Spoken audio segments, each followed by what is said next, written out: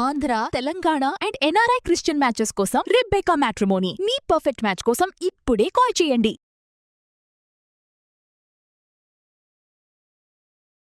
నమస్తే, welcome to our channel. దాదాపు 3 ఏళ్ల లాంగ్ గ్యాప్ తర్వాత సిల్వర్ స్క్రీన్ పై సమంత కనిపించినట్టుగానే సూపర్ హిట్ కొట్టేసింది. నందిని రెడ్డి దర్శకత్వంలో ఆమె నటించినటువంటి ఇది లేటెస్ట్ మూవీ మా ఇంటి బంగారంతో ఇప్పుడు టాలీవుడ్ లో రీసౌండ్ వస్తుంది. జూన్ 19th రిలీజ్ అయినటువంటి ఈ action thriller movie first day నుంచే సూపర్ హిట్ టాక్ అందుకుంది. ఆ తర్వాత కూడా జోరు కొనసాగుతూనే ఉంది. శామ్ సినిమాలకు బాక్స్ ఆఫీస్ వద్ద భారీ వసూళ్లే వచ్చాయి. ఇప్పటి వరకు సుమారుగా సినిమాకు 73 కోట్లకు పైగా కలెక్షన్స్ వచ్చినట్లు చిత్ర బృందం అధికారికంగా ప్రకటించింది.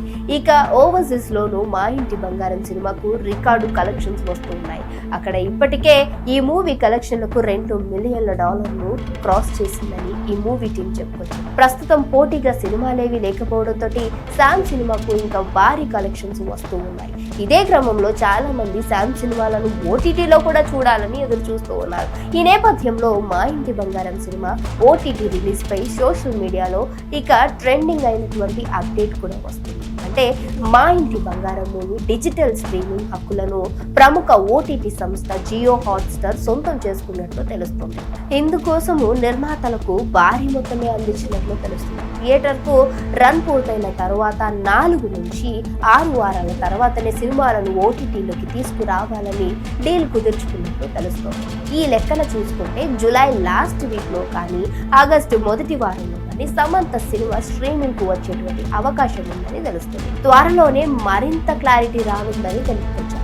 మా ఇంటి బంగారం గురించి చూసుకుంటే ట్రాలాల క్రీచర్స్ అయినటువంటి బ్యానర్ మీద సమంత, రాజ్ లిడిమోరు అయినటువంటి హిమాంకు దుబ్బును సంయుక్తంగా ఈ సినిమాలను నిర్మించారు. సుమారుగా 30 కోట్ల బడ్జెట్ తో తెరకెక్కినటువంటి ఈ మూవీని ఇప్పుడు 100 కోట్ల దిశగా పరుగులు పెడుతుంది. ఈ సినిమా యాక్షన్ స్ట్రీమ్లలో శామ్ యాక్టింగ్ అలాగే పర్ఫార్మెన్స్ పై ప్రశంసలు వస్తూ ఉన్నాయి.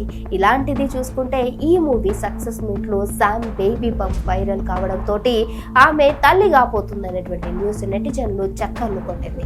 ఇక ఆ మూవీ థ్యాంక్స్ మీట్ లో ఈ విషయం శామ్ అధికారికంగా వెల్లడించింది. అలాగే మా ఇంటి బంగారం సినిమా తర్వాత తాను కొన్ని రోజుల విరామం తీసుకుంటున్నట్లు కూడా తెలిపారు. అయితే ఈ మూవీ షూటింగ్ సమయంలో సమంత ఈ గుడ్ న్యూస్ తనకు చెప్పారని, ఎవరికి చెప్పొద్దని దర్శకురాలు నందిని రెడ్డి వెల్లడించారు. ఇటీవల ఓ ఇంటర్వ్యూలో పాల్గొన్నటువంటి ఆమె ఈ మూవీ గురించి ఆసక్తికర విషయాలు పంచుకున్నారు. తస్సదియ సాంగ్ మొదట 4 రోజులు షూటింగ్ చేద్దామనుకున్నామని, కానీ శామ్ కు జ్వరం రావడంతో ఆ సాంగ్ షెడ్యూల్ ను 2 రోజుల్లో కుదించాల్సి వచ్చిందంటూ నందిని రెడ్డి చెప్పుకొచ్చారు. ఆ తర్వాత సమంత కూడా తరచూ జ్వరం వస్తుండడంతో తానే ఒక రోజు అడిగిందట. అప్పుడు శామ్ తను ప్రెగ్నెంట్ అన్న విషయాన్ని బయటపెట్టింది. నందిని రెడ్డి చెప్పుకొచ్చినటువంటి విషయాలు ఇవి. అంతేకాదు ఈ విషయం ఎవరికి చెప్పొద్దని కొందరితోనూ నందిని రెడ్డి గుర్తు చేసుకున్నారు.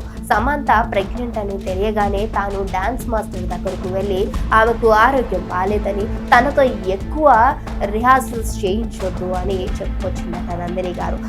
చిన్న స్టెప్పులతోనే కంటిన్యూ చేద్దామని చెప్పారట. ఆ పాటను సమంత సిక్నెస్ తోనే పూర్తి చేసిందని నందిని రెడ్డి చెప్పుకొచ్చారు. అలాగే action scenes, car accident scenes, అలాగే చేసింగ్ ఉండేటువంటి సీన్స్ కూడా షూటింగ్ తర్వాతే పూర్తి చేసుకొని వచ్చారట.